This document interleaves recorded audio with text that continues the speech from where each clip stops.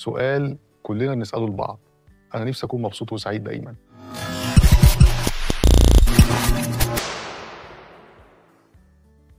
علماء النفس فسروا السعادة حالة كده على بعض. مزاجك حلو ورايق، عندك حالة من الهدوء والسلام النفسي، مطمئن، عندك إحساس بالمتعة واللذة. ده تعريف علماء النفس. أنا من وجهة نظري البسيطة المتواضعة بشوف إنه الموضوع متشعب قوي يعني، وكل واحد ليه وجهة نظر في السعادة. أنا ممكن اللي يبسطني ما يبسطكش أنت، وما يبسطش أي حد تاني. ممكن إن أنا ألاقي واحد زيي بيتبسط من نفس الحاجات اللي أنا بحبها مش كتير. أنا بتبسط بحاجات بسيطة جدا. في حد عشان يتبسط محتاج يعمل لنفسه بروجرام ويكون مخططه ليوم كامل يقضيه بشكل معين. لو اتلخبط بس أي حاجة صغيرة فيه يتضايق. في واحد بيشوف سعادته كلها في إن هو وسط عيلته وسط أولاده مبسوط ومش عايز أكتر من كده. في واحد بيشوف سعادته إن هو دايما يكون بيترقى في شغله. في واحد بيشوف سعادته في الفلوس. في واحد بيشوف سعادته إن هو بيجمع حاجة هو بيحبها. في ناس بتحب تجمع ساعات، في ناس تحب تجمع عربيات. كل واحد بيشوف السعادة بطريقة اللي تناسبه. خليني أقول لك إن السعادة ممكن نحققها بحاجات بسيطة جدا. بتبدأ إن أنت لازم تقعد مع نفسك وتكون متصالح مع نفسك، وتكون صريح جدا مع نفسك، وتسأل نفسك أنا إيه هي الحاجة اللي بتسعدني فهعملها؟ إيه هي الحاجة اللي بتعكر مزاجي فهبعد عنها؟ في واحد الحاجة اللي بتسعده إنه يكون شايف إن الناس اللي في شغله وحواليه دايما مبسوطين بيه وبيقدروه وبيدعموه. خليك دايما في الزون دي واتعب واشتغل على نفسك لحد لما توصل للي أنت عايزه. في حد بيشوف إن اللي بيعكر مزاجه مجرد موقف بسيط أو كلمة بسيطة في اليوم ممكن تضايقه، تأثر عليه لباقي اليوم كله. 5 دقايق في اليوم لو زعلت فيهم مش لازم يأثروا على بقية يومك. دور على إيه اللي بيبسطك واعمله. خليك دايما كريم مع نفسك، وادي لنفسك أكتر من اللي هي تستاهله بزيادة. حتى لو الناس شايفة إن ده مبالغ فيه، أنت حابب إن أنت تجيب لنفسك حاجة غالية، هات لو ده هيبسطك. حتى لو الناس اللي شايفة ده كتير قوي عليك. حاسس إن أنت هتتبسط بأغنية حلوة هتسمعها، اعمل كده. حاسس إن أنت هتتبسط بقعدة حلوة هتقعدها مع ناس حقيقية بجد بتحبك، اعمل كده. خلي جزء من يومك حاجة حلوة فعلا تبسطك بجد. حتى لو مكالمة تليفون هتكلم واحد صاحبك بتحبه وبيحبك، مش عايز منك حاجة غير إنه يسمع صوتك ويسأل عليه وإن أنت تسأل عليه. حاجات بسيطة ممكن نعملها تخلي طبيعة يومنا في منتهى السعادة. خليني أقول لك على حاجة غريبة قوي هتحقق لك السعادة أكتر من أي حاجة تانية، وهي العطاء. على الرغم إن أنت اللي بتدي. أنا في مقولة كده كانت دايما بتتقال إنه فاقد الشيء لا يعطيه. أنا ما بحبش المقولة دي.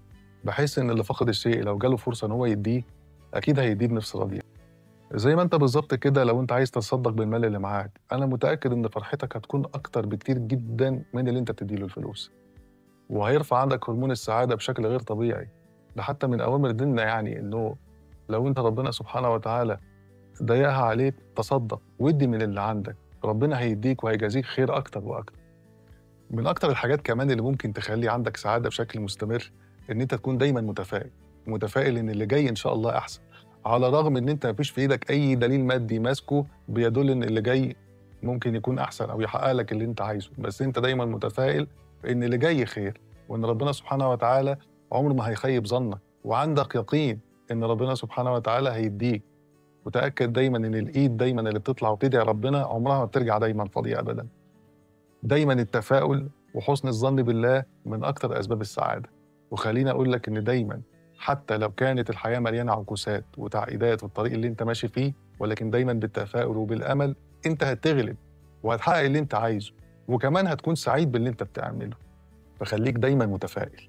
من أكتر الحاجات اللي هتخليك مبسوط قوي كمان وانت مش واخد بالك انك تتحب.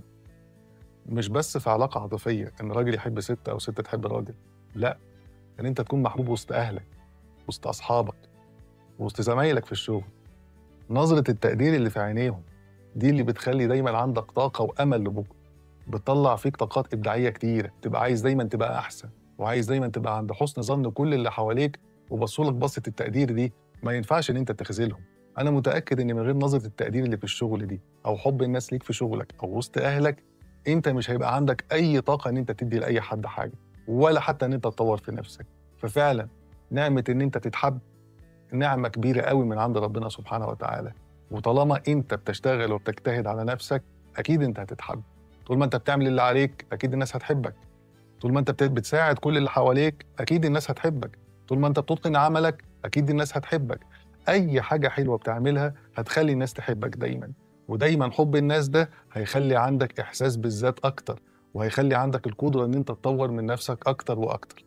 ففكرة إن أنت تتحب دي جميلة أوي، يا ريت تحافظ عليها وتخلّيك دايمًا محبوب وسط الناس. كانت جدتي رحمة الله عليها دايمًا كانت تقول لي: "روح يا ابني ربنا يحبب في خلقه." من أجمل الدعوات اللي أنا سمعتها، ومن أجمل الدعوات اللي أمهاتنا كلها بتدعي بيها دايمًا لأولادها.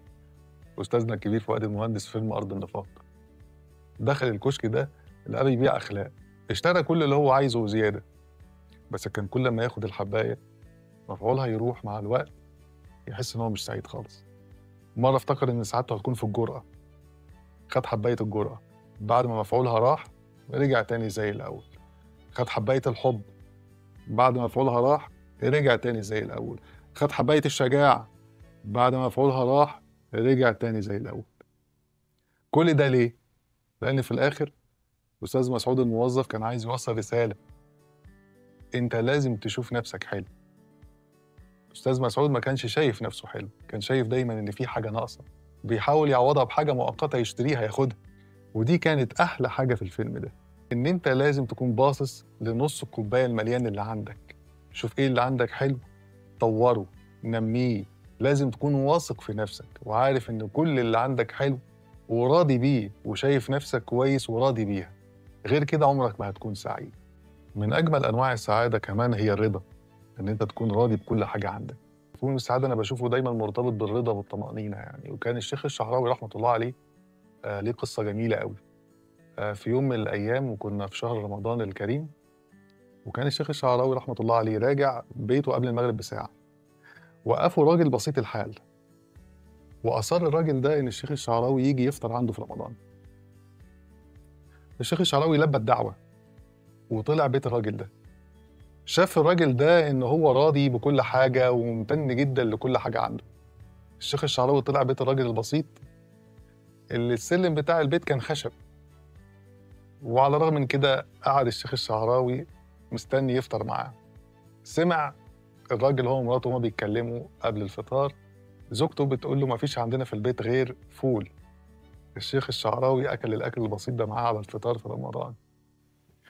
الفكرة كلها إن الراجل البسيط ده كان عنده إحساس بالرضا غير عادي، مخلّي عنده إحساس إن هو بيمتلك الدنيا بما فيها، بالرغم من بيته البسيط وأكله البسيط، إلا إنه أصر إنه يعزم الشيخ الشعراوي على الفطار، وما اتكسفش أبدًا إن هو يعزمه في بيته البسيط على الأكل البسيط، وإن ده إن دل فيدل عمق الرضا اللي عند الراجل ده، وإحساسه إن بيته ده جنة، وإن هو مش محتاج إن هو يعزم فضيلة الإمام في مكان أحلى من كده، أو على أكل أغلى من كده، لإنه عنده إحساس عميق فعلًا بالرضا.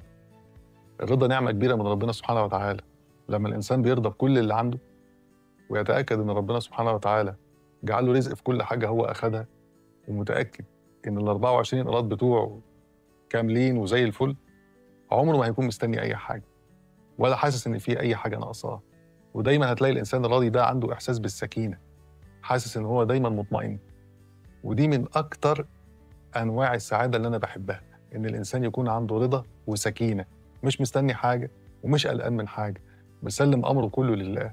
النبي عليه الصلاة والسلام كان في حديث كده دايمًا بيقولوا إيه: "من أصبح آمنًا في سربه، معافًا في بدنه، يملك قوت يومه، فقد حيزت له الدنيا بحذافيرها." يعني عندك الحاجات البسيطة دي أنت كده ملكت الدنيا وما فيها، ما تشيلش هَم حاجة وما تستناش حاجة من حد، وخليك متأكد دايمًا إن الرضا هو مفتاح السعادة.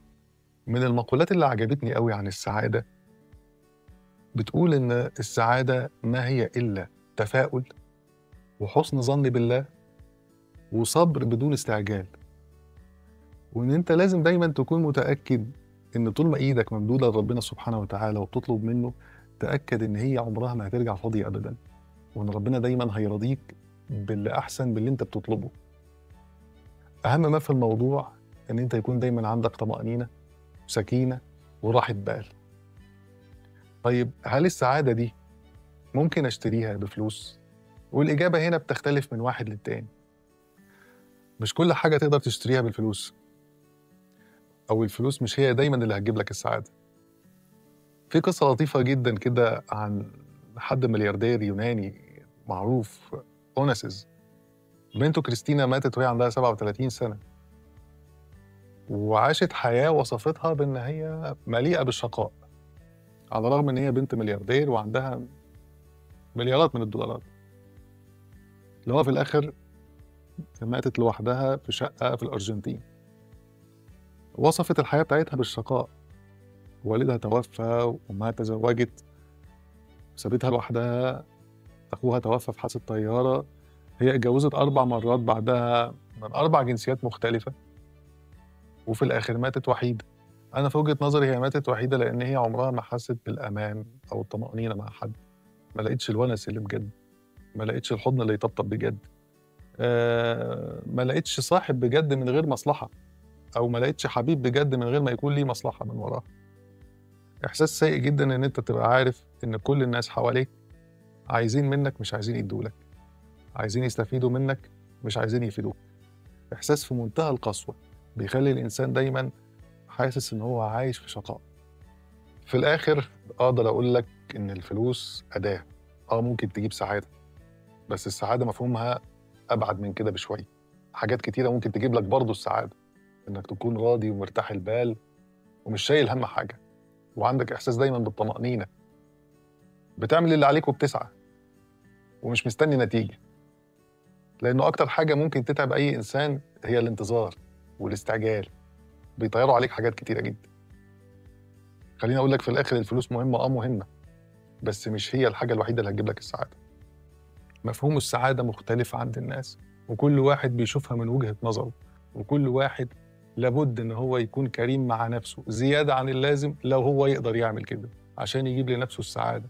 وتأكد دايمًا إن أنت نفسك تستاهل أكتر من كده بكتير. السعادة جوه الرحلة، مش في النهاية لحد ما توصل.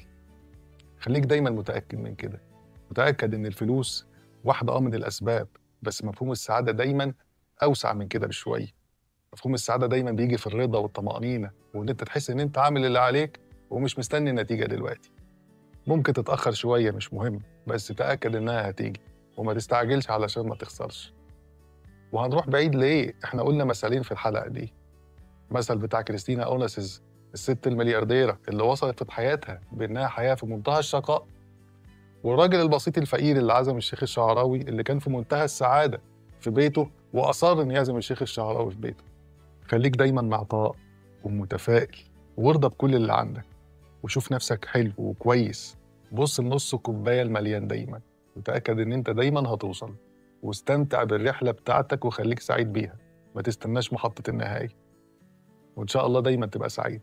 أنت بقى سألت نفسك إزاي تخلي نفسك سعيد؟